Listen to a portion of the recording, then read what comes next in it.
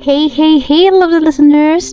Welcome to our first episode of Becky's podcast, School Stories Edition. It's your school storyteller, Becky. Narito na tayo sa bago at pinakaunang episode ng ating podcast, Paper Trails and Ballpen Tales. Tara na't sumama sa aming kwentuhan tungkol sa mga kwentong school kung saan ang bida ay walang iba kundi ang ating paboritong 1/4 sheet of paper at ballpen.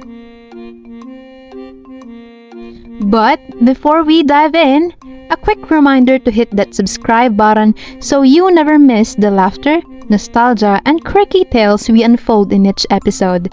And hey, if you've got school stories itching to be shared, drop me a message at beckyschoolstories@gmail.com.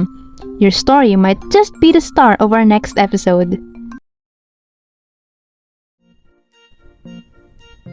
Sa bawat classroom, mayroong sariling soap opera. At ang bida? Walang iba kundi ang ballpen.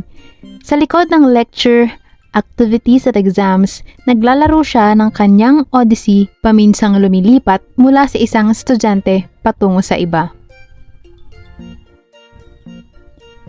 Ngayon, pasukin natin ang unang kabanata sa hingian ng 1/4 at ang Paper Trail Showdown. Psst! Bes, 1/4 na papel. Parang soundtrack na laging naririnig ng bawat classroom. Pero paano nga ba manghingi ng papel? Alamin natin ang sikreto ng 1/4 rule at ang iba't ibang diskarte ng mga estudyante sa paghingi ng papel. Number 1. The Subtle Whisperer. May ilan na mas pinili ang diskarteng maingat na bumulong. Psst! Bes, 1/4 na papel. Ang kanilang susing armas, ang malambing na boses na tila'y musika sa tenga ng kanilang kapwa estudyante. Mahalaga ang tono at timing sa diskarteng ito. Number 2. The Direct Approach. Sa kabilang dako, may mga estudyante naman na direktang dumadaan sa front stage. Ito yung mga matatapang na tao. Besh, ibigay mo na lang sa akin to, expired na sa'yo eh. Walang paligoy-ligoy, malinaw ang kanilang layunin. Makuha ang papel ng masinsinan. Number 3. The Sweet Talker. Mayroon ding mga ekspertong sweet talker. Isang 4/4 pwede ba? Oo. Ang kanilang matamis na sambit. Ang mga salitang ito'y tila sumparang kasaganaan. Umaani ng mga papel na nagiging laman ng kanilang backpack. Swerte, diba? Oo.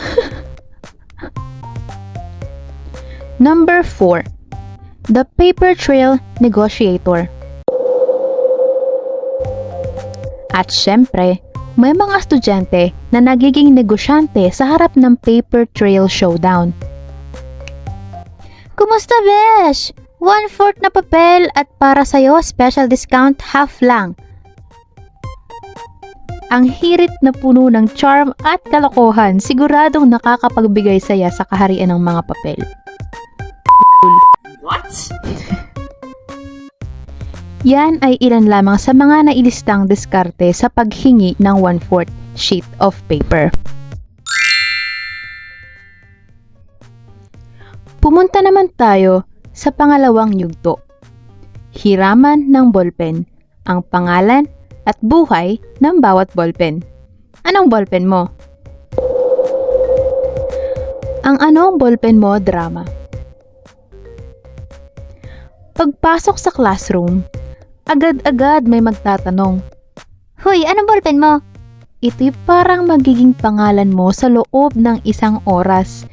Kung siya, kilala sa ganda ng sulat, ikaw naman, kilala sa ganda ng ballpen. Ang buhay ng ballpen, isang trahedya. Mayroon ding ballpen na may kakaibang kwento ng buhay. Bes, asa na nga pala yung ballpen ko? Saglit, titingnan ko lang sa bag.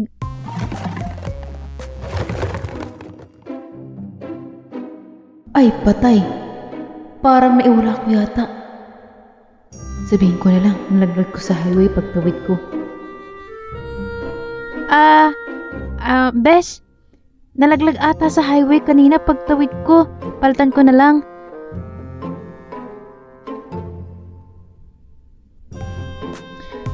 Meron namang mas nakakasuklam na kwento ang mga ballpen para sa mga may-ari nito. Bes? Ballpen ko ba to? Ha?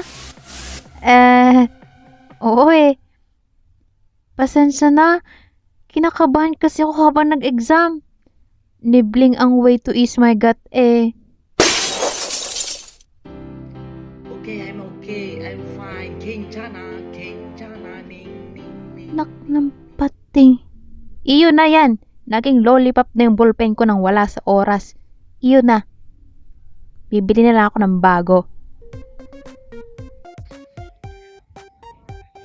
Yan lamang ang ilan sa mga dahilan kaya kung minsan hindi na nagpapahiram ng ballpen ang mga mahal nating kaklase.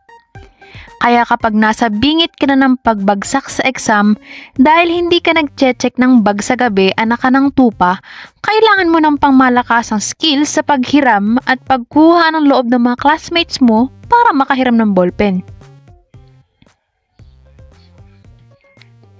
Narito ang ilang paraan ng paghingi ng ballpen na tiyak na mas effective pa sa linyang open-minded ka ba?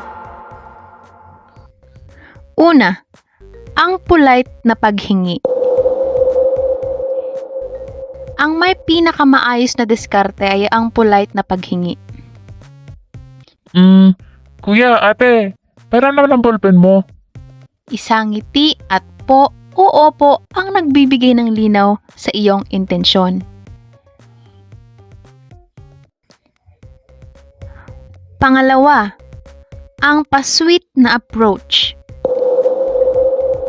Mayroon ding mga estudyante na nagiging pa-sweet. Pwedeng pahiram ng ballpen mo? Pretty please. Isang pamatay ng ngiti at kaakit-akit na tono ang kanilang sikreto para makuha ang ballpen mo. Pakiusap, huwag kang magpapadala. Hindi na yan mapapabalik. Pangatlo, ang mga straight to the point. May mga taong diretso sa layunin. Bes, ballpen mo nga, kailangan ko lang saglit. Walang paligoy-ligoy, tsak na makukuha ang ballpen ng mabilis. Minsan may sapakan pang nagaganap. Pang-apat, ang ballpen negotiator. At syempre, ang mga ekspertong negosyante ng ballpen. Pahiram, tapos sa huli ng SEM, libre kita. Nang anong gusto mo? Starby?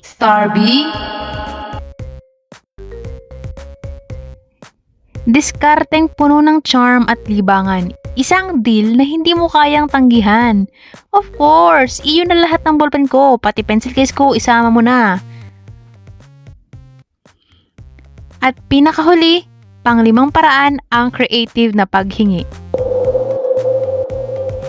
Meron ding mga estudyanteng creative sa kanilang approach. Ate, kuya, pahiram ng ballpen mo, pang fine arts lang. Magiging muse mo ako. Isang pagpapakita ng kakaibang talento para sa sining ng paghingi. Buraot ba, uy?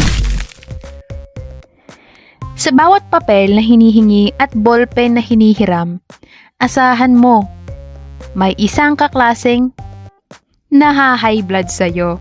Pero ito'y nagsisilbing simbolo ng koneksyon sa kapwa estudyante. Kaya kahit anong diskarte mo sa paghingi ng papel o paghiram ng ballpen, ang mahalaga, maipasa mo ang SEM o ang mga quarters na may ballpen pa rin sa iyong bulsa at secure na supplier ng papel sa tuwi-tuwi na.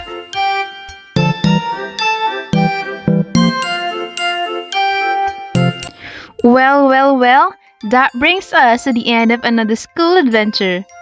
If you had a blast, don't forget to share the love and share the podcast with your classmates, dorm buddies, and anyone who needs a good laugh. Before we part ways, I just want to grab this opportunity to thank some amazing peeps. So, hello sa ating mga kabog na listeners. My God! We want to take a moment to give a huge shout out to everyone who participated in our recent poll question. Sobrang thank you sa inyong lahat sa pagbigay ng inyong mga opinion. It's your engagement that makes Becky's podcast School Stories Edition even more special. So, shout out to Jerlus Me.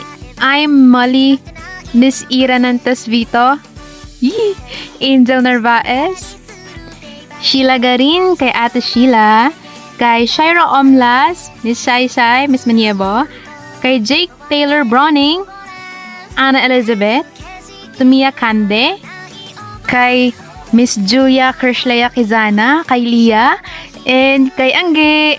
Maraming salamat po sa inyo. Arigato, kaong salamat! Of course, a massive shout out to all the fantastic individuals who've shown incredible support for the release of Becky's podcast School Stories Edition. Ang inyong suporta ay isang malaking bagay para sa amin. Maraming salamat sa mga nag-share ng aming episodes, nag-iwan ng mga pambihirang comments at likes sa story o kahit nasa simpleng nakinig lang. Ang inyong presence ay nagbibigay saya at kulay sa ating podcast community. Maraming salamat sa pakikibahagi. And special thanks pala kay Ma'am Kay, kay Bibi Manalastas, kay Tita Jasmine Grace Diapera, and to my family. Love you! A friendly reminder to subscribe, leave a review, and connect with me on social media. Your support means the world to me. Until next time, this is Becky, signing off from the Becky's Podcast School Stories Edition. Stay awesome, stay in school.